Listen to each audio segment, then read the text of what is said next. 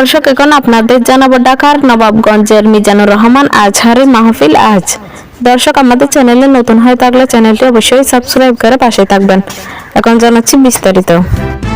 জনপ্রিয় ইসলামিক বক্তা মিজানুর রহমান আজহারে আজ ঢাকার নবাবগঞ্জে মাহফিল করবেন। বিভাগ ভিত্তিক ধারাবাহিক মাহফিলের অংশ হিসেবে ঢাকায় এই মাহফিল করবেন। শুক্রবার নিজের ভেরিফাইড ফেসবুক পেজে স্ট্যাটাস দিয়ে বিষয়টি নিশ্চিত করেছেন। শুক্রবার ওই স্ট্যাটাসে তিনি লিখেছেন, ঢাকা বিভাগের বন্ধুরা, ইনশাআল্লাহ আগামীকাল থাকছি ঢাকা নবাবগঞ্জে বারোয়াখালী তাফসির মাহফিল ময়দানে। বারোয়াখালী মাহফিল পরিচালনা কমিটির উদ্যোগে আয়োজিত তাফসিরুল কোরআন মাহফিলে জানা গেছে, ওই মাহফিলের জন্য বিশাল মঞ্চ প্রস্তুত রাখা হয়েছে।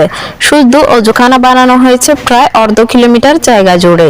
বিশাল প্যান্ডেলের সামনে রয়েছে শ্রোতাদের বসার জন্য শামিয়ানা টাঙানো বড় ময়দান।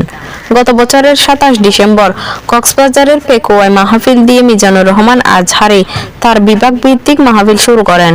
এরপর পর্যায়ক্রমে সবগুলো বিভাগের বিভিন্ন শহরে মাহফিল করেন তিনি।